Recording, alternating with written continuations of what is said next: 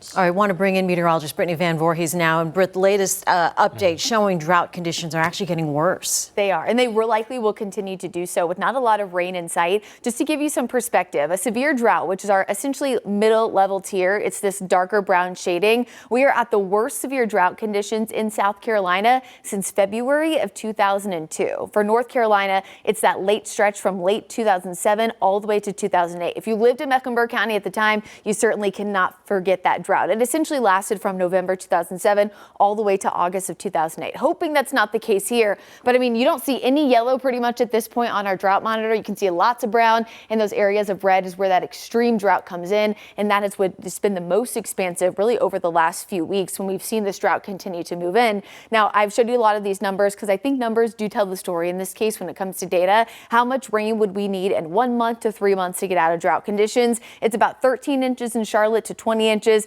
about 10 to 18. That's really for Statesville and Morganton. The mountains are in slightly better shape, but as we get closer to the rainy season, they actually typically see a little bit less rain than us here in Charlotte, so likely those are going to bottom out. Now, we are hopeful that if those El Nino conditions do continue to expand as we get closer to summer, that will allow for a wetter pattern, but at least in the short-term period, Nick and Jane, I don't really think that we're looking at any substantial rainfall anytime soon. Even with some lower end rain chances in the forecast, that looks to be pretty minimal, if anything, over the next 7, even 10 days.